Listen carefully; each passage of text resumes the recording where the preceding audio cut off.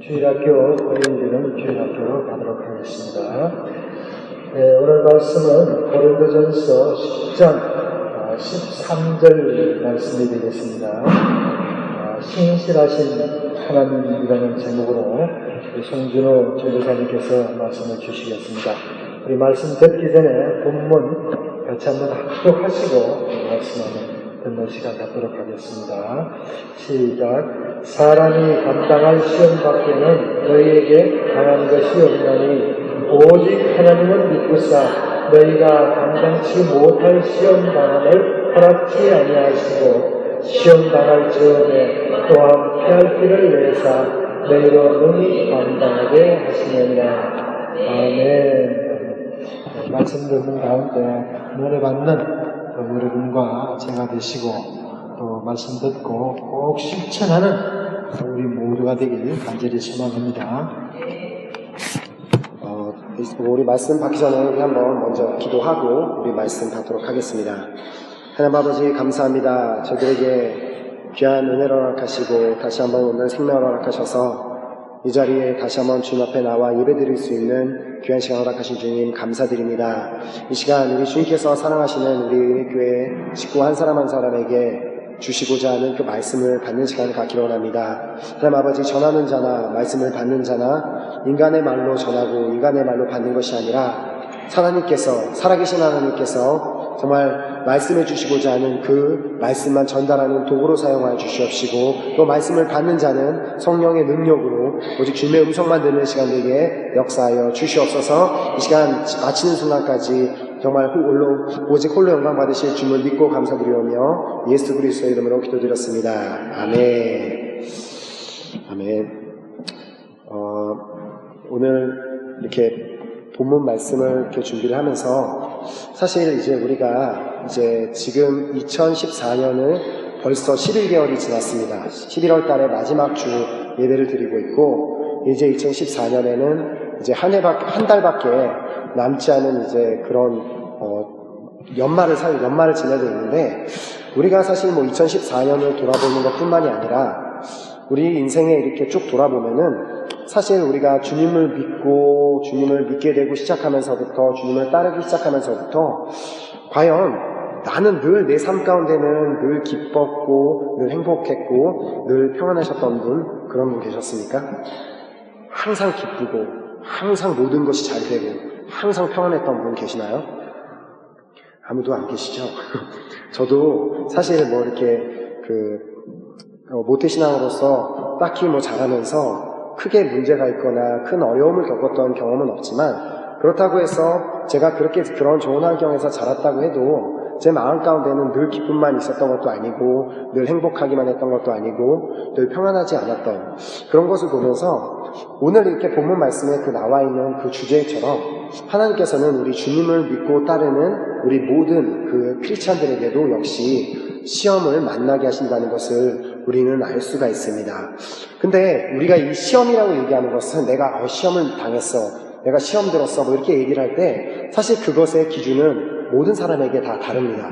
어떤 사람은 어떤 인간관계에서 오는 그 시험이 되게 크게 느껴지는 사람이 있을 수도 있고 어떤 사람은 어떤 이렇게 재정적인 문제, 은행 문제가 생기고 이런 것이 그 사람에게 큰 어려움이 시험이 될 수도 있고 또 어떤 사람에게는 학업이 그 사람에게 시험이 될 수도 있고 다양하게 사람들이 그 시험을 바라보는 이제 시각이 다르고 그 기준이 다른데 그렇기 때문에 우리가 주님을 믿고 따르면서부터 사실 이렇게 주일날 예배도 잘 드리러 나오고 또 성경 공부도 나오고 매일 아침마다 큐티도 하고 기도도 하고 말씀 묵상도 하는데 왜 나는 때로는 내가 사는 가운데 이런 어려움을 만나야 될까? 내가 이런 시험을 만나야만 될까? 그렇게 이해를 하지 못하고 이렇게 그 질문을 던지는 경우가 있습니다.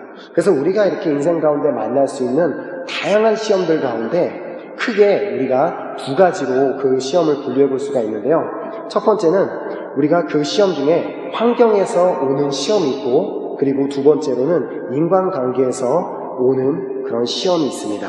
그래서 이 오늘 본문 말씀은 우리가 그 시험을 만났을 때 우리가 보통 우리 믿는 사람이든 믿지 않는 사람들이든 공통점이 하나 있습니다. 그것은 우리가 어떤 어려운 일을 당하고 시험을 만났을 때 보통 사람들은 그것을 묵상합니다. 계속해서 내가 당하고 있는 그 어려움을 생각하고 묵상하고 자기 전에도 생각하고 눈 뜨자마자도 생각하고, 근데 하나님께서는 오늘 우리 성도들에게 원하고 계시는 것은 우리가 그러한 시험을 만나고 그런 어떤 문제를 만났다고 했을 때 그것을 묵상하고 그것을 생각하는 것이 아니라 내가 그것보다 먼저 생각해야 되는 것이 있다는 것을 오늘 고린도전서 10장 13절 말씀을 통해서 우리에게 주고 계십니다. 그래서 저는 이 말씀을 불어 버전으로부터 그것을 이제 불어 버전을 한국말로 이렇게 번역을 해서 좀 약간 좀 이제 한국말로 그대로 보는 것과 불어를 한국말로 번역해서 보는 게 약간 의미가 조금 다르거든요. 근데 제가 뭐 불어를 아주 잘하는 건 아니지만 여러분들 조금 잘해서 그냥 여러분들에게 불어를 한국말로 번역을 해드리도록 하겠습니다. Aucune tentation ne vous est survenue qui n'a été humaine, et Dieu, qui est fidèle, ne permettra pas que vous soyez tentés au-delà de vos forces. Avec la tentation, il préparera aussi le moyen d'en sortir afin que vous puissiez la supporter. 이 말은 한국말로 이제 번역을 하면 사람이 겪을 수 있는 이상의 시험을 너희가 당한 일이 없고 하나님은 신실하사 우리의 힘으로 감당할 수 없는 시험은 허락지 않으시고 시험과 함께 피할 길을 내사 그 시험을 감당할 수 있게 하신다. 사실 뭐 한국말이랑 크게 다르진 않지만 조금 이렇게 다른 면이 있어서 이 불어에서부터 그 해석을 봤을 때 이렇게 이것을 통해서 우리가 생각할 수 있는 것은 하나님께서 너희가 시험을 만나느냐? 그러면 너희가 시험을 생각하고 시험을 묵상하지 말고 너희가 먼저 이 네 가지를 반드시 생각해야 된다는 것을 주님께서 말씀하고 계십니다. 이 본문 말씀 그대로인데요. 1절에 첫 번째로 하나님은 사람이 감당할 수 있는 시험만 허락하신다는 것을 생각하라는 것입니다. 다른 말로 하면요, 하나님은 사람이라면 누구든지 당할 수 있는 시험만 허락하신다는 것입니다.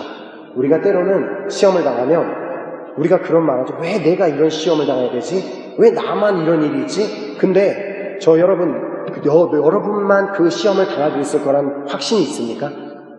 하나님께서 이 땅 가운데 인류를 만드시고 지금 몇 억의 인구가 살고 있는지 모르겠는데 내가 당하고 있는 지금 그 어려움은 나만 당하고 있는 어려움이 아닙니다. 내가 살고 있는 나라 그 어떤 곳에서도 똑같은 그 시험을 당하고 있는 사람도 있고 다른 나라에서도 그 시험을 당하고 있는 것처럼 정말 이 세상에서 나만 당하고 있는 그런 시험은 없다는 것입니다. 그냥 인간으로 이 땅에 살고 있으면 누구든지 당할 수 있는 시험을 하나님께서는 허락하신다는 것을 먼저 생각하라는 것입니다. 그리고 두 번째로 생각해야 되는 것은 하나님은 신실하시다는 것입니다. 하나님은 말씀하신 것, 그분이 약속하신 것은 반드시 지키시는 분이시라는 것입니다. 하나님께서 이사야서 41장 10절을 통하여서 우리에게 이렇게 약속하셨습니다. 두려워 말라, 내가 너와 함께하니니 함이니라, 놀라지 말라, 나는 내 하나님이 됨이니라. 내가 너를 굳세게 하리라, 참으로 너를 도와주리라, 참으로 나의 의로운 오른손으로 너를 붙들리라. 하나님께서는 이렇게 약속하셨으면 이 약속을 반드시 지키시는 분이십니다. 말씀이 어떻게 되어 있죠? 두려워하지 말라, 내가 너와 함께함이라. 그 약속하셨던 주님은 내가 필요할 때만 나와 함께 계시는 분이 아니라 24시간 내 삶의 모든 순간에 나와 늘 함께 하시는 그 분이시라는 것. 그리고 늘 그 주님은 나의 하나님이시고 늘 주님은 나를 굳세게 하는 분이시고 늘 나를 도와주고 계시는 분이라는 것을 우리가 그것을 반드시 생각해야 된다는 것을 말씀하고 계십니다. 그리고 이제 세 번째로 우리가 생각해야 되는 것은 하나님은 내 힘으로 감당할 수 있는 시험만 허락하신다는 것입니다. 다른 말로 하나님은 나의 개인적인 한계와 나의 개인적인 능력을 아시고 내 힘으로 감당할 수 있는 시험만 허락하신다는 것입니다. 그래서 내가 어떤 시험을 당하고 있을 때 내가 당하고 있는 시험을 다른 사람과 비교할 수가 없습니다. 왜냐하면 내가 감당할 수 있는 시험이 있고 내 옆에 있는 집사님이 감당할 수 있는 시험이 따로 있고 선교사님이 감당할 수 있는 시험이 다 따로 있기 때문에 왜 저 집사님은 시험 당하지 않고 늘 평안한 것 같은데 왜 나만 이런 시험을 당하는가? 왜냐하면 하나님께서는 당신에게 그것을 감당할 수 있는 힘이 있기 때문에 그 시험을 허락하신다는 것을 말씀하고 계시는 것입니다. 그렇기 때문에 하나님께서 우리에게 말씀하시는 것은 너희가 시험을 만나느냐? 네가 당하고 있는 시험을 절대 다른 사람과 비교하지 말라고 말씀하고 계시는 것입니다. 그리고 네 번째로 우리가 생각해야 되는 것은 하나님은 시험과 함께 피할 길을 내어주셔서 감당하게 하신다는 것을 생각하는 것입니다. 하나님은 이렇게 다른 말로 하면 우리에게 입구와 출구를 동시에 허락하시는 분이십니다. 우리가 그 입구, 그 시험이라는 그 문으로 들어갔다면 반드시 우리가 그 시험에서 나올 수 있는 출구 또한 하나님께서는 허락하신다는 것을 말씀하고 계시는 것입니다. 우리 여러분들 미로 다 알죠? 여러분들 미로가 있지만 우리가 들어가면은 길을 찾기 어렵고 출구가 어딘지 찾기 어렵고 막 이리 갔다 저리 갔다 하지만 결국은 미로에는 반드시 뭐가 있죠? 입구가 있다면 출구가 있습니다. 그래서 그 몇 년 지난 영화인지는 전 잘 모르겠는데 제가 되게 인상 깊게 봤던 영화 중에 하나가 큐브라는 영화가 있습니다. 여러분 다 아시죠? 큐브라는 영화. 뭐 모르셔도 그냥 안다고 하시고 넘어가시기 바랍니다. 그 영화는 갑자기 이제 시작이 처음 주인공들이 갑자기 눈을 떴는데 자긴도 알지 못한 채 어떤 방 안에 갇혀갖고 그곳에 갇혀있는 것으로 정신을 차리면서 시작이 되면서 그들이 이제 영화 내내 하는 것이 그곳을 탈출구, 이곳엔 반드시 우리가 있는 곳은 큐브 아닌데 큐브에서 이렇게 저렇게 나가다 보면 반드시 출구가 있을 것이라는 그 확신을 가지고 계속해서 이 방 저 방 옮겨다니면서 나가는 것을 보는데 근데 그 영화에서 되게 중요한 게 뭐냐면은 그냥 무조건 이 방 저 방 갈 수 있는 것이 아니라 반드시 방을 넘어다닐 때 그 방에 통과할 수 있는 그 계산 방식이 있고 꼭 그 설계한 사람이 가기로 설정되어 있는 그 방법대로 가야지만 살아서 나갈 수 있지 자기 마음대로 아무데나 갔다가는 막 되게 잔인하게 막 사람이 잘려서 죽기도 하고 막 그 황산이 뿌려져서 죽기도 하는 그런 그 잔인한 부분도 있지만 결국 그 큐브 영화처럼 반드시 그 사람들은 어떤 이유로 그곳에 들어오게 되는지 모르지만 그곳에는 반드시 출구가 있다는 것입니다. 근데 하나님께서는 결코 우리에게 이런 입구를 허락하시고 또한 다른 출구를 허락하실 때 이렇게 뭐 큐브 영화나 이 미로처럼 어려운 길로 우리에게 출구를 허락하시는 분은 아니신 것을 믿으시기 바랍니다. 그래서 정말 하나님께서는 우리가 어떠한 어려움을 만나고 또 시험을 만났을 때 우리가 아침이든 점심이든 저녁이든 내가 당하고 있는 그 시험을 묵상하기를 원하시는 것이 아니라 바로 하나님은 어떤 분이신지 이 네 가지 부분에 대해서 생각해 보라고 우리에게 말씀하고 계시는 것입니다. 우리 다시 한번 이제 보면은요, 다음 페이지 넘겨주시면 시험 가운데 하나님에 대해서 우리가 네 가지 생각을 해야 된다. 첫 번째, 하나님은 사람이라면 누구나 당할 수 있는 시험을 허락하시는 분이시라는 것입니다. 그리고 두 번째, 하나님은 신실한 분이시라는 것을 생각해야 되고, 세 번째, 하나님은 내 힘으로 감당할 수 있는 시험만 허락하시는 분이시라는 것. 그리고 네 번째로, 하나님은 시험과 동시에 피할 길을 허락하시는 분이시라는 것을 생각하라고 오늘 말씀하고 계십니다. 그래서요, 우리가 성경 말씀에 기록되어 있는 구약과 신약에 기록되어 있는 두 가지 사건을 통해서 우리가 이렇게 환경에서 만날 수 있는 또 인간관계에서 만나는 그런 시험에서 우리가 이 네 가지 생각을 어떻게 적용할 수 있는지를 우리가 한번 살펴보도록 하겠습니다. 먼저 첫 번째로 우리가 환경에서 오는 시험에 대해서는 우리 물 위를 걸으시는 사건, 예수님이 물 위를 걸으시는 사건 그 부분을 한번 우리 가서 보도록 하겠습니다. 마가복음 6장 45절에서 51절 말씀입니다. 제가 읽도록 하겠습니다. 예수께서 즉시 제자들을 재촉하사 자기가 무리를 보내는 동안에 배 타고 앞서 건너편 벳세다로 가게 하시고 무리를 작별하신 후에 기도하러 산으로 가시다. 저물매 배는 바다 가운데 있고 예수는 홀로 묻되 계시다가 바람이 거스림으로 제자들의 괴로이 노젓는 것을 보시고 밤 사경쯤에 바다 위로 걸어서 저희에게 오사 지나가려고 하시매 제자들이 그의 바다 위로 걸어오심을 보고 유령인가 하여 소리지르니 저희가 다 예수를 보고 놀람이라. 이에 예수께서 곧 더불어 말씀하여 가라사대 안심하라 내니 두려워 말라 하시고 배에 올라 저희에게 가시니 바람이 그치는지라. 제자들이 마음에 심히 놀라니. 이 사건에서 풍랑이라는 시험을 만난 제자들에게 이 네 가지 생각을 한번 적용해 보도록 하겠습니다. 어떻게 보면 제가 말씀을 전하고 있는 이 말씀이 여러분들이 큐티할 때 어떻게 그 말씀을 묵상하고 그 말씀을 적용할 수 있는지를 여러분들에게 좀 이렇게 가르쳐 드리는 것과 같은 느낌인데, 우리가 한번 이렇게 보도록 하겠습니다. 먼저 우리 첫 번째 생각이 뭐죠? 하나님은 누구나 당할 수 있는 시험을 허락하신다. 제자들이 당했던 그 풍랑, 그것은 누구나 당할 수 있는 일이었습니다. 배를 타고 가다가 풍랑을 만나는 일이 특별한 일인가요? 아니죠. 배를 타고 바다를 가다가 풍랑을 만날 수 있는 확률이 더 많을까요? 안 만날 수 있는 확률이 더 많을까요? 만날 확률이 더 많겠죠. 안 그래도 원래 파도는 출렁거리는데 조금이라도 바람만 불면 그 풍랑을 만날 수 있는 것처럼, 배를 타고 바다를 건너가다가 풍랑을 만나는 일은 누구든지 당할 수 있는 그런 시험이었습니다. 그리고 특별히 그 갈릴리 바다는 지형상 그 바다보다 더 낮은 지역에 있기 때문에 자주 그곳에 강풍이 많이 분다고 합니다. 특별히 제자들 중에 많은 사람들이 어부였기 때문에 그 갈릴리에서 이미 많은 갈릴리 호수에서 많은 시간을 보냈던 사람들이기 때문에 그곳에 그만큼 자주 풍랑이 부는 바다라는 것도 잘 알고 있었기 때문에 그 갈릴리 바다에서 풍랑이 일어났던 것은 그들이 전혀 놀랄 일이 아니었던 것이었습니다.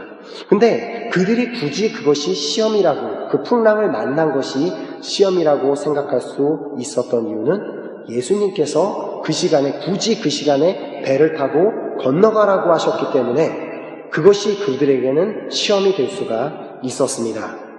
주님께서 이와 마찬가지로 주님께서 우리에게 가라고 하신 길로 갈 때 그냥 평안과 기쁨만 있는 것은 아닙니다.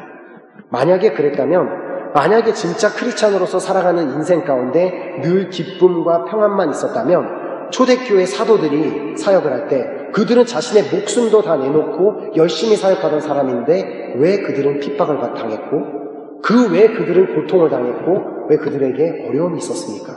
만약 크리스찬에게 늘 기쁨과 행복만 있었다면 그 사도들은 그런 일을 만날 수가 없었습니다. 성경에 보면은 하나님을 믿고 따르는 수많은 사람들이 늘 평안했던 삶을 살았던 것이 아니라 모든 사람들이 환난을 다 당했던 것을 기록하고 있습니다. 그러므로 예수를 믿는 사람이라면 누구도 이렇게 말할 수 없습니다. 나는 예수님을 믿기 때문에 난 늘 평안해야 되고, 나는 늘 문제가 없어야 되고, 난 늘 시험을 만나지 않을 것이라는 그 생각을 하기 때문에 사람들이 교회를 나오다가 나는 왜 어려움을 당하지 하고 교회를 안 나오게 되는 일들이 있는 것처럼, 우리가 예수를 믿는 사람이라면 누구라도 풍랑을 만날 수 있다는 것을 반드시 생각하고 믿으시기 바랍니다. 두 번째 생각은 하나님은 신실하시다는 것입니다. 하나님 예수님은 신실하신 분이시기 때문에 아까 우리가 봤던 이사야서 말씀에 기록됐던 그 약속의 말씀처럼 제자들이 두려워하지 않도록 그들과 여전히 함께 하셨던 분이셨습니다. 예수님은 제자들을 먼저 보내놓고 무엇을 하고 계셨습니까? 아까 우리 봤던 그 마가복음 말씀에 보면 46절에 예수님이 기도하셨다고 말씀에 기록되어 있습니다. 그리고 48절 말씀에 보면은 바람이 거스림으로 제자들의 궤로에 누워졌는 것을 보시고 밤 사경쯤에 바다 위로 걸어서 저희에게 오사 지나가려고 하시네. 그리고 제자들이 풍랑 가운데서 괴로워하고 있는 것을 예수님께서 보시고 계셨습니다. 그리고 보시고 계셨던 것이 끝난 것이 아니라 예수님께서 바다 위로 걸어서 그들에게 오셨습니다. 신실하신 하나님은 그 약속의 말씀처럼 우리가 인생 가운데 두려운 일을 만나고 두려운 문제를 만났을 때 예수님이 하셨던 것처럼 우리를 위해서 계속해서 중보하고 계시고 계속해서 우리를 날마다 바라보고 계시며 우리에게 오시기를 원하시는 분이심을 믿으시기 바랍니다. 아멘. 그렇기 때문에 우리가 그 어떤 시험을 만나도 그 어떤 문제를 만나도 내가 두려워하지 않을 것은 바로 주님께서 나와 함께하고 계시고 주님께서 내가 그 어려운 가운데 고통 가운데 있는 것을 바라보고 계시고 나를 건져주시기 위해서 나를 향해 오고 계시는 분이시라는 것입니다. 우리가 세 번째로 또한 생각해야 되는 것은 하나님은 우리의 힘으로 감당할 수 있는 시험을 허락하신다는 것입니다. 그래서 제자들 중에 제가 아까 말씀드렸지만 여러 명은 이미 어부였습니다. 늘 배를 타던 사람이었기 때문에 그들에게 풍랑을 만나서 노를 젓는 일은 그들에게 자주 있었던 일이었습니다. 그리고 그런 제자들이 말씀에 기록되어 있는 게 밤 사경 즈음까지 노를 젓고 있었다고 기록하고 있습니다. 그렇다면 제자들은 늘 노를 젓고 바다를 건너다니던 사람이었기 때문에 그들이 뭐 그렇게 풍랑 가운데 노를 젓는 것은 그렇게 어렵거나 힘든 일은 아니었을 것입니다. 근데 이제 밤 사경쯤에 그 시간에 예수님께서 그들을 향해 물 위로 걸어오셨다고 기록하고 있습니다. 이제 밤 사경쯤은 오늘날 우리가 이제 말하는 시간으로는 새벽 3시에서 6시 사이인데 그 말인즉 이미 몇 시간 동안 제자들이 아마 예수님께서 뭐 그 제자들에게 배를 타고 바다를 건너가라고 말씀하셨던 거는 그것이 만약 초저녁이었다면 그들이 새벽 3시까지 한 정말 많은 시간을 이미 바다 위에서 노력을 하면서 노를 젓고 있었다는 것을 알 수가 있습니다. 여러분들이 이제 특별히 학생들 중에 밤샘 작업을 많이 하는 학생들이 있는데, 여러분들이 가장 밤을 새워서 작업을 하거나 일을 할 때 가장 고비의 시간이 몇 시라고 생각하세요? 3시? 다 3시예요? 밤은 안 새봐서 모르겠어요. 밤새 볼 일이 없어요.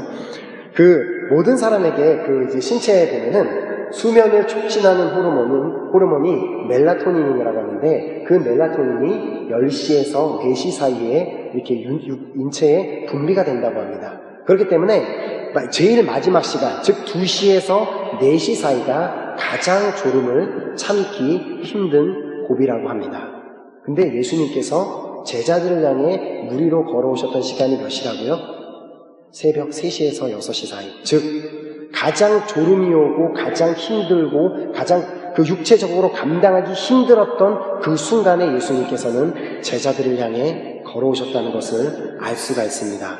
예수님께서는 제자들의 한계를 그 누구보다 잘 아시는 주님이셨습니다. 여러분들은 우리보다 우리의 한계를 더 잘 아시는 분이시기 때문에 그 제자들의 한계를 누구보다 잘 아시는 주님이 그들이 얼마만큼 피로하고 얼마만큼 졸리고 얼마만큼 체력적으로 한계를 다다랐는지를 아셨기 때문에 더 이상 그들이 고통 가운데 노를 젓지 않게 하기 위해서 예수님께서는 물 위로 걸어서 그들을 찾아가셨던 것이었습니다. 주님은 누구보다 나의 한계를 잘 아시는 분이십니다. 그렇기 때문에 주님은 내 한계를 뛰어넘는 시험을 허락하시지 않을 뿐더러 내가 그 한계에 다다랐을 때 그 능력의 주님이 나에게 오셔서 나를 도우시는 것입니다. 아멘. 우리가 정말 내가 힘들다고 생각하고 내가 정말 더 이상은 이 시험 때문에 감당할 수 없다고 하는 그 순간에 주님께서는 이미 여러분들을 도와주시려고 여러분들을 향해 걸어오고 계시는 것을 반드시 믿으시기 바랍니다. 아멘. 그리고 네 번째로 생각했어야 되는 것은 하나님은 시험과 동시에 피할 길을 허락하시는 분이시라는 것. 즉 풍랑 가운데 제자들이 한계를 느끼면서 괴로워가면서 노를 젓는 제자들에게 예수님은 물 위로 걸어서 오셨습니다. 당신이 얼마나 능력이 주님이심을 그 제자들에게 보여주셨던 것이었습니다. 즉 예수님 당신이 그들에게 피할 길이 되시는 분이심을 보여주신 것입니다. 당시에 풍랑으로 인하여서 배가 출렁였고 그 풍랑으로 인해서 제자들이 고생하고 있었다고 말씀에 기록하고 있습니다. 그렇다면 그 물살은 정말 이렇게 보통 그냥 잔잔했던 바다가 아니라 정말 물살이 세게 일구는 그 바다 위로 예수님께서 물 위로 걸어오셨다는 것을 본다면 예수님께서 만약에 정말 잔잔한 물 위로 그냥 걸어서 오시는 것만 해도 그것은 정말 엄청나게 대단한 일일 텐데 그것이 아니라 막 파도가 치고 막 엄청나게 막 물결이 올라갔다 내려갔다 하는 그 바다를 아무 일 없었다는 듯이 전혀 이것은 나에게 아무 문제가 되지 않는다는 것처럼 그냥 그 출렁이는 바다 위를 예수님께서는 잔잔하게 그들을 향해 걸어오셨던 것이었습니다. 이것은 무엇을 뜻하죠? 그 풍랑보다 예수님이 크다는 것을 의미하는 것입니다. 그 풍랑보다 예수님이 더 강하다는 것을 예수님께서는 그 제자들에게 보여주시기를 원하셨던 것이었습니다. 예수님은 그렇게 우리가 가진 그 문제보다 더 크신 분이시기 때문에 우리가 갖고 있는 그 문제를 묵상하는 것이 아니라 그 문제보다 더 크신 주님, 그 문제보다 더 능력의 주님을 우리가 바라보고 그 주님을 생각할 때 우리가 그 시험을 빠져나갈 수 있다는 것을 주님께서는 말씀하고 계시는 것입니다. 언제 그 바다가, 그 출렁거리던 바다가 잠잠해졌습니까? 51절 말씀에 이렇게 기록합니다. 배에 올라 저희에게 가시니 바람이 그치는지라 제자들이 마음에 심히 놀라니. 이 말씀처럼 내 삶의 풍랑을 만났고 우리가 사실 어떤 어려운 일을 만나고 문제를 당했을 때 어디가 제일 힘들죠? 마음이 내가 진짜로 내가 물 위에 있어서 막 이렇게 내가 풍랑을 만나는 것처럼 흔들리는 것이 아니라 내 마음이 요동치죠. 내 마음이 답답하고 내 마음을 추스릴 수가 없고 내 마음을 어떻게 할 수가 없는 그 풍랑이 내 마음이 풍랑 가운데 있을 때 그때 주님을 내 안에 모시기만 하면 그 풍랑이 잠잠해질 수 있다는 것을 말씀하시는 것입니다. 주님을 내 안에 모시는 것이 무엇입니까? 그 말씀, 바로 말씀이신 예수님을 내 안에 모시는 것입니다. 풍랑 가운데 오직 주님만이 나의 피할 길이십니다. 하지만 그 주님을 내 안에 모실 때에만 나의 안에 들어오셔서 나의 피할 길이 되어주시지, 내가 그 주님의 모시지 않고 그 주님의 말씀을 내 안에 모시지 않는다면 이 말씀에 기록되어 있는 것처럼 예수님은 그냥 지나가 버리실 수도 있다는 것입니다. 48절 말씀에 보면 이게 정말 중요합니다. 바람이 거스림으로 제자들이 힘겹게 늦어오는 것을 보시고 밤 사경쯤에 바다 위로 걸어서 그들에게 오사. 거기까지는 좋아요. 근데 그 다음에 뭐죠? 지나가려고 하시네. 제자들이 그 예수님을 맞이할 준비가 되어 있지 않았다면 예수님은 그냥 지나쳐 버리시려고 하셨다는 것입니다. 우리가 마음 가운데 어떤 풍랑이 있고 어려움이 있으면 그때 주님을 모시면 주님께서 내 안에 들어오셔서 그 풍랑을 잠잠케 하시고 나에게 평안을 허락해 주시지만 그 순간에도 나는 주님을 찾지도 않고 계속해서 그 문제만 묵상하고 시험만 묵상하고 있으면 예수님께서는 내 안에 들어오시지 못하고 지나가 버리신다는 것을 말씀하고 계시는 것입니다. 여러분, 그 풍랑을 만났을 때 반드시 말씀을 여러분 안에 품으셔서 말씀을 여러분 안에 들이셔서 평안 가운데 거하시는 여러분이 되기를 간절히 소망합니다. 아멘. 주님은 이처럼 우리가 주님을 우리 안에 모시기를 원하고 계십니다. 왜? 우리 안에 평안을 주시기를 원하시기 때문에. 예수님이 돌아가시고 십자가에서 돌아가시고 부활하신 후 그 이렇게 두려워서 떨고 있는 제자들을 찾아가서 그 제자들을 향해 첫 번째로 한 말이 무엇일까요? 우리 요한복음 20장 19절을 한번 보겠습니다. 이날 곧 안식구 첫날 저녁 때에 제자들이 유대인들을 두려워하여 모인 곳의 문들을 닫았더니 예수께서 오사 가운데 서서 이르시되 너희에게 평강이 있을지어다. 바로 우리 주님은 우리 안에 들어오셔서 우리가 정말 두려워서 내 문을 꽁꽁 닫고 제자들이 유대인들이 두려워서 자신들이 처한 상황이 두려워서 자신들의 모인 문을 꽁꽁 닫고 이렇게 교환해서 두려워하고 있을 때 예수님이 그 안에 들어오셨을 때 하신 말씀이 너희에게 평강이 있을지어다. 우리 안에 주님만 모시기만 하면 우리 안에 그 어떤 풍랑이 정말 강한 풍랑이 있다 할지라도 주님의 능력으로 그 풍랑이 잔잔해지고 우리 안에 평강만 있을 줄 믿습니다. 아멘. 이렇게 우리가 그 환경을 통해서 오는 시험에서 이런 것을 생각해야 된다면 두 번째, 인간관계에서 오는 시험, 그것을 우리가 볼 때는 그 홍해가 갈라진 사건을 우리 한번 보도록 하겠습니다. 홍해 앞에 이렇게 있던 이스라엘 백성들이, 우리가 그 사건을 너무나 잘 알죠. 그 홍해 앞에 있던 이스라엘 백성들에게 진짜 문제는 홍해가 아니었습니다. 그들에게 진짜 문제는 그들의 뒤를 쫓아온 바로와 바로의 군대가 그들의 문제였습니다. 그들의 시험이었습니다. 이스라엘 백성이 그 바로와 그 군대가 따라오기 전까지는 이스라엘 백성들 중에서 그 누구도 홍해 앞에 장막을 치고 진을 치고 두려워하고 왜 우리를 여기다 데려다 놨냐고 불평하던 사람은 아무도 없었습니다.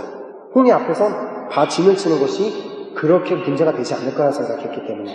근데 바로와 바로 군대가 왔을 때 바로 그들이 정말 두려워하기 시작했다는 것입니다.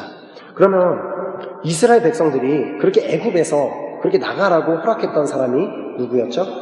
바로죠. 바로가 나가라고 해서 당장 나가라고 했기 때문에 이스라엘 백성들이 그 애굽에서 나왔던 것이었습니다. 그 10번째 재앙이었던 그 장자 죽음, 그 사건이 있은 후 바로 즉시 정말 오래 기다리지도 않고 밤중에 바로가 모세와 아론을 불러서 이스라엘 백성과 함께 떠나라고 명령하는 장면을 보도록 하겠습니다. 출애굽기 12장 31절 32절에 밤에 바로가 모세와 아론을 불러서 이르되 너희와 이스라엘 자손은 일어나 내 백성 가운데서 떠나서 너희의 말대로 가서 여호와를 섬기며 너희의 말대로 너희의 양도 소도 몰아가고 나를 위하여 축복하라 하며, 이처럼 홍해 앞에서 이스라엘 백성들이 당했던 시험은 홍해가 아니라 자신의 말을 뱉은 것을 지키지도 않고 자신의 말과 행동을 쉽게 바꾸는 바로가 바로 그 이스라엘 백성들에게는 시험이었습니다. 이스라엘 백성들이 당했던 그 시험 앞에서도 우리가 생각해야 되는 이 4가지 생각을 한번 적용해 보도록 하겠습니다. 첫 번째 생각이, 하나님은 누구든지 당할 수 있는 시험을 허락하신다는 것. 바로는 이 사건이 있을 때만 처음으로 자신의 말을 바꾼 것이 아니었습니다. 애굽 땅을 나오기 전에 몇 번의 재앙이 있었죠? 모르겠어요. 잘 모르겠어요. 그 부분은 신약 성경만 읽어서 구약은 잘 모르겠어요. 10번 있었죠? 선교사님은 확실하시고 다른 분은 10번이 확실하시지 않은 것 같은데 10번 있었습니다. 근데 10번째에 드디어 나가라고 했으면 말을 몇 번 바꿨죠? 9번이나 그래 이제 가라 그랬다가 안 돼, 그리고 가라 그랬다가 안 돼 라는 말을 수없이 이미 바로는 그 이스라엘 백성들이 애굽을 떠나기까지 이미 수없이 말을 번복했던 그런 사람이었습니다. 이렇게 바로처럼 자신의 한 말을 지키지 아니하고 맨날 말을 바꾸고 맨날 다르게 행동하는 사람을 만나는 일이 어려울까요? 쉬울까요? 우리 주변에 그냥 다 그런 사람들밖에 없죠. 약속했던 것을 늘 지키는 사람이 있으면 참 대단한 사람이지만 그것을 지키지 않고 정말 그렇지 않는 것을 보면서 그렇기 때문에 로마서 3장 10절에서 12절이 그것에 대해서 이렇게 설명하고 있습니다. 기록한 바 의인은 없나니 하나도 없으며 깨닫는 자도 없고 하나님을 찾는 자도 없고 다 치우쳐 한 가지로 무익하게 되고 선을 행하는 자는 없나니 하나도 없도다. 바로 우리 모두가 다 죄인이기 때문에 바로나 우리나 크게 다를 바가 없다는 것입니다. 다른 사람이 저 사람은 왜 어제는 그렇게 말하고 오늘은 왜 저렇게 말을 해? 할 수가 없다는 것입니다. 왜냐하면 그 사람은 원래 그런 사람이니까 하나님은 그것을 말씀하기를 원하고 계십니다. 우리가 보통 누군가에게 시험 들었다고 할 때는 왜 시험 들었다고 해요? 그 사람의 말과 행동이 일치하지 않고 어제 했던 말과 오늘 했던 말이 다르기 때문에 저 사람 때문에 시험 들었다는 말을 합니다. 근데 우리가 시험 들을 이유가 하나도 없다는 것을 말씀하십니다. 왜냐하면 그 사람은 원래 그런 사람이니까. 그 사람뿐만이 아니라 내 주변에 있는 모든 사람 그리고 나까지도 원래 그런 죄인이기 때문에 우리가 그 사람 때문에 시험을 당했다고 할 필요가 없다는 것을 말씀하고 계십니다. 그렇기 때문에 이 시험은 모든 사람이 당할 수 있는 시험이라는 것을 생각하라는 것을 말씀하고 계십니다. 두 번째로 하나님은 신실하시다는 것을 생각해야 되는데 하나님은 이미 모세를 통하여서 이스라엘 백성들에게 이렇게 약속하셨습니다. 출애굽기 14장 4절에 내가 바로의 마음을 강팍케 한즉 바로가 그들의 뒤를 따르리니 내가 그와 그 온 군대를 인하여 영광을 얻어 애굽 사람으로 나를 여호와인 줄 알게 하리라 하시매 우리가 그대로 행하리라.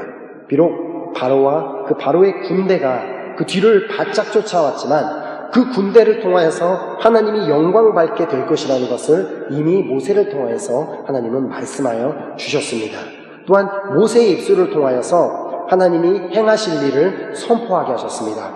출애굽기 14장 13절에서 14절에 모세가 백성에게 이르되 너희는 두려워 말고 가만히 서서 여호와께서 오늘날 너희를 위하여 행하시는 구원을 보라. 너희가 오늘 본 애굽 사람을 또 다시는 영원히 보지 못하리라. 여호와께서 너희를 위하여 싸우시리니 너희는 가만히 있을지니라.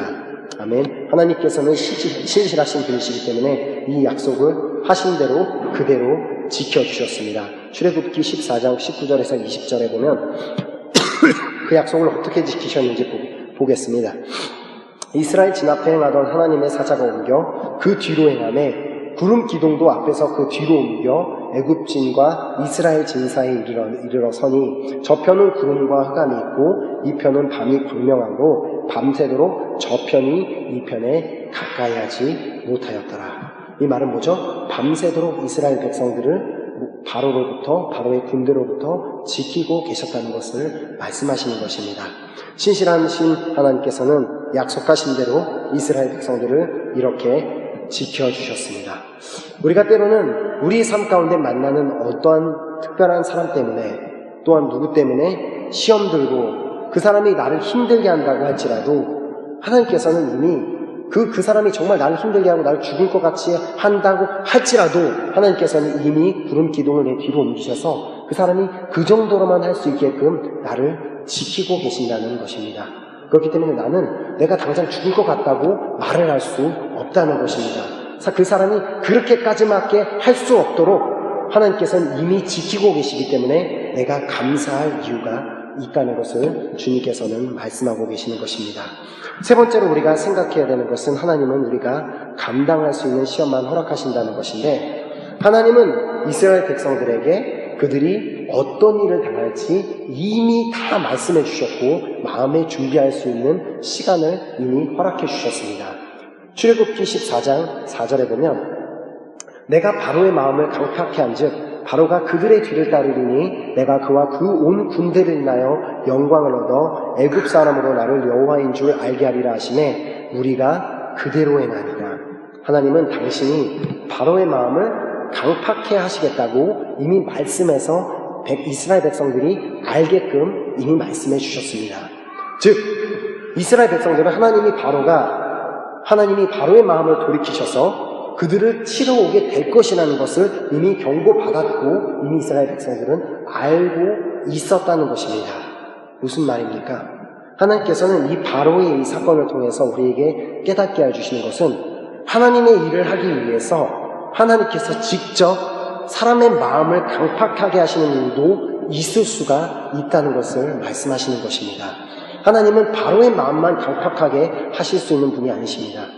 내 주변에 분명히 어제 체류증하러 갔을 때는 그 사람이 나랑 상당히 정티하고 좋은 말을 했는데 오늘 갑자기 됐는데 그 사람이 막 말을 바꾸고 막 너는 체류증이 안 될 거야 하고 막 나를 구박하고 막 근데 그 사람이 어떻게 저렇게 할 수 있지가 아니라 하나님은 바로의 마음을 강팍하게 만드셨던 단단하게 돌과 같이 바꾸셨던 주님은 나를 지금 괴롭게 하고 있는 말을 바꿔서 괴롭게 하고 있는 그 사람의 마음도 하나님이 바꾸셔서 그렇게 하실 수 있다는 것을 우리에게 말씀해 주고 계시는 것입니다. 내 주변에 나를 힘들게 하는 사람들이 있다고 해도 하나님이 그 사람의 마음을 강팍하게 하신 것일 거야 라고 생각한다면 우리는 그 사람을 감당할 수가 있습니다. 또한 주님은 나를 그 누구보다 잘하시는 분이시기 때문에 내가 감당할 수 있는 그 인간관계만 나에게 허락하여 주신다는 것입니다. 아무리 그 누군가가 나를 지금 힘들게 한다 할지라도 하나님은 나를 믿으시기 때문에 내가 그 사람을 감당할 만한 힘이 있는 것을 아시기 때문에 그 사람을 나에게 붙여주셨다는 것입니다. 그리고 이 부분에 대해서도 내가 다른 사람과는 비교해서는 안 되는 것입니다.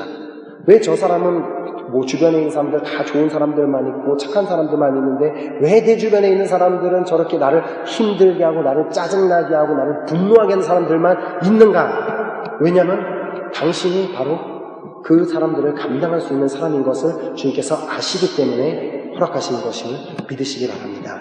아멘. 그렇기 때문에 우리가 인간관계에서 오는 시험에 나는 왜 이런 사람들과 인생을 살아야 되는가? 라고 절대 불평할 수가 없다는 것을 주님께서 오늘 우리에게 말씀하고 계시는 것입니다. 네 번째 우리가 생각해야 되는 것은 하나님은 시험과 함께 피할 길을 내어주신다는 것. 바로의 군대가 바로 뒤에 있고 앞으로도 나아갈 수 없는 상황에 주님은 모세에게 이렇게 명령하셨습니다. 출애굽기 14장 16절에 지팡이를 들고 손을 바다 위로 내밀어 그것으로 갈라지게 하라.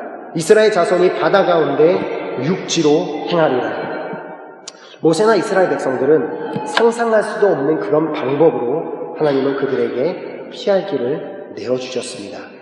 하지만 이 피할 길로 가기 위해서는 모세가 반드시 해야 하는 일이 한 가지가 있었습니다. 바로 지팡이를 들고 손을 바다 위로 내미는 것.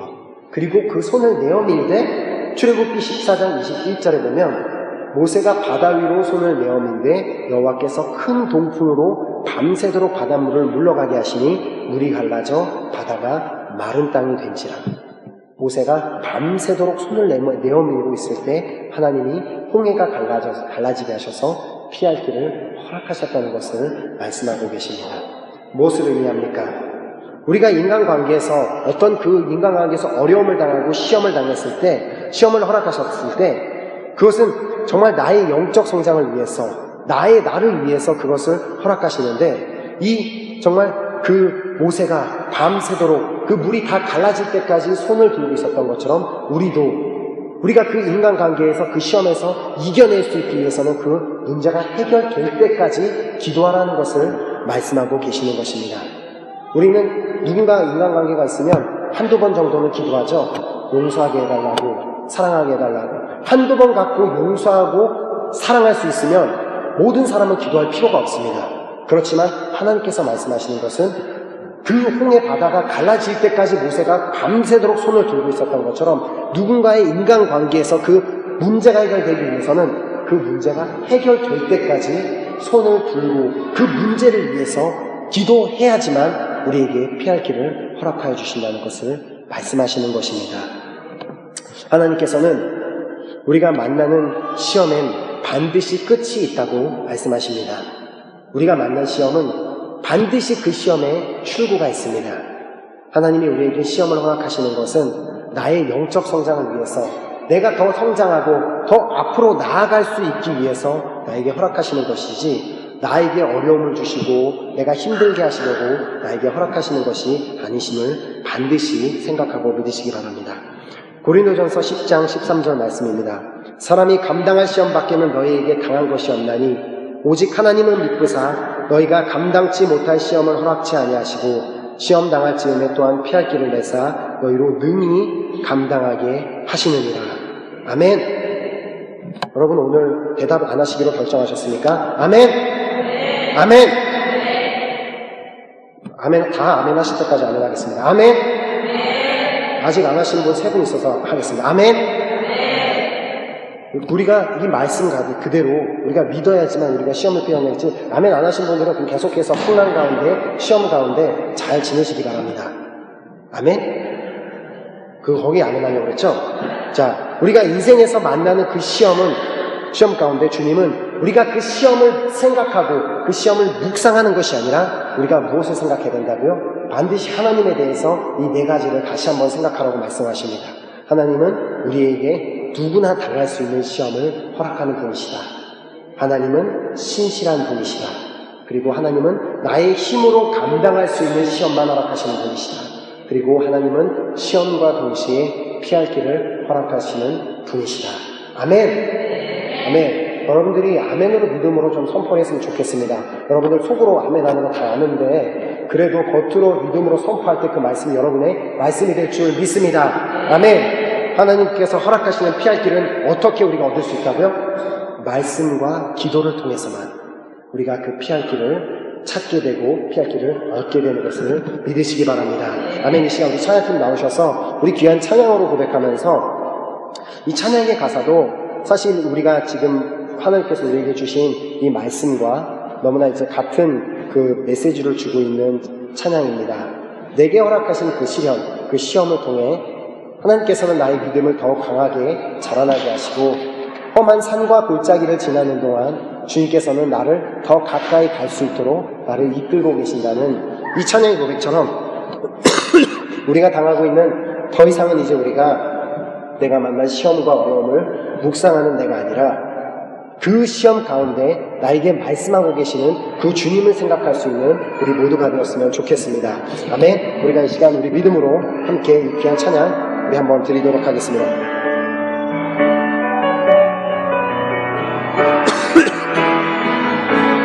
내게 허락하신 시련을 통해 내게 허락하신 시련을 통해 나의 믿음 더욱 강하게 험한 산과 골짜기 지나니라. 험한 산과 골짜기 지나는 동안 주께 더 가까이 나를 이끄시네. 나를 이끄시네. 내가 겪는 시험이 어렵고 힘겨워도 우리 주님보다 크지 않습니다. 크지 않네. 내 앞에 바다가 갈라지지 않으면 갈라지지 않으면 주가 나로 바다 위 걷게 하리. 나는 믿네. 나는 믿네. 주의 능력으로 내 삶 새롭게 되리. 나는 믿네. 주의 능력으로 담대히 나가리라. 주와 함께 싸워 승리하리라. 날마다 믿음으로만 살아가는 시간.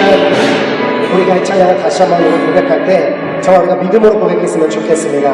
이제 2014년에 한 달 정도 남지 않았는데 우리가 그 어떤 시험을 만난다 할지라도 더 이상은 우리가 그 시험을 생각하고 그 시험을 묵상하는 것이 아니라 내가 당한 시험보다 더 크신 주님, 그 주님을 생각할 때 우리를 그 피할 길로 인도하시는, 우리 그 시험을 이겨내게 하시는 그 주님을 우리가 믿음으로 바라보면서 다시 한번 찬양했으면 좋겠습니다. 내게 허락하신 시련을 통해, 내게 허락하신 그 시련을 통해 나의 믿음 거룩하고 자라나고 험한 산과 골짜기 지나는 동안 골짜기 지나는 주께 더 가까이 나를 이끌고 계십니다.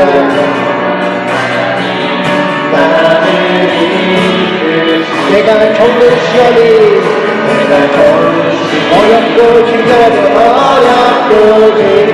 내 주님보다 크지 않습니다. 내 주님보다 크지 않네.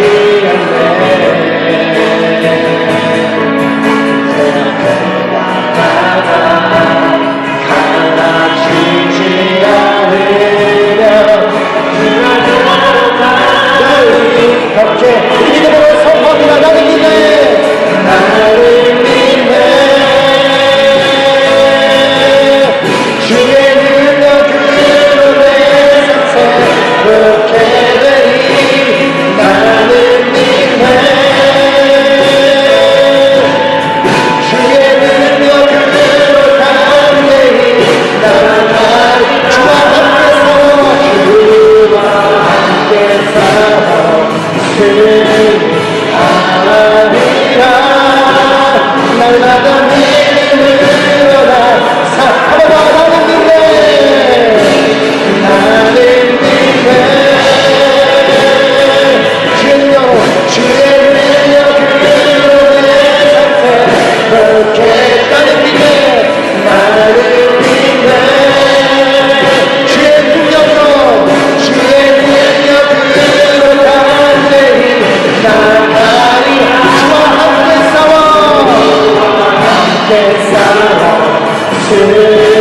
승리하리라.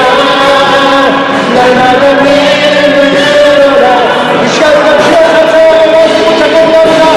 주여 주여 주여.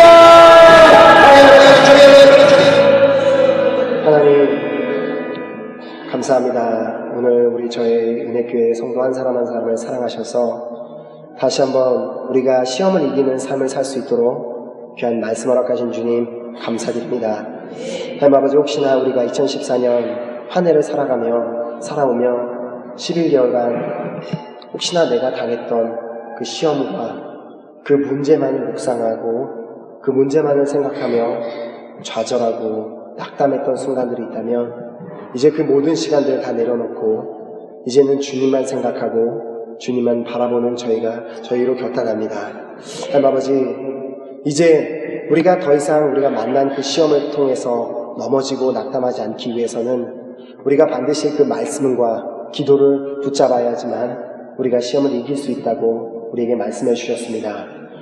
이제 우리가 만나는 환경에서 만나는 그 시험, 인간관계에서 만나는 시험을 그것 때문에 어려워하는 것이 아니라 그 시험 가운데 하나님을 생각하기를 합니다.